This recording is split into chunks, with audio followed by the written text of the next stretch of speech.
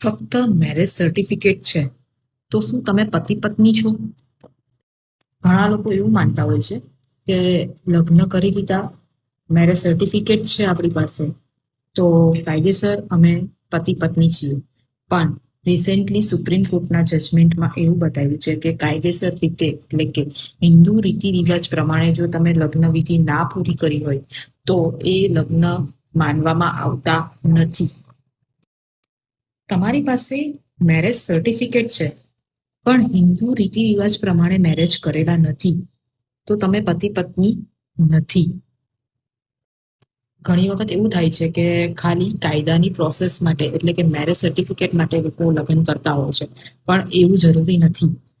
તમારે સપ્તપતિ ફેરા, સિંદૂર, મંગળસૂત્ર અને તમામ હિન્દુ રીત રિવાજ પ્રમાણે લગ્ન પૂરા કરેલા હોવા જોઈએ, તો જ તમારા લગ્ન માન્ય ગણાશે. લગ્ન કરતા પહેલા કાયદાની સંપૂર્ણ માહિતી હોવી ખૂબ જ જરૂરી છે.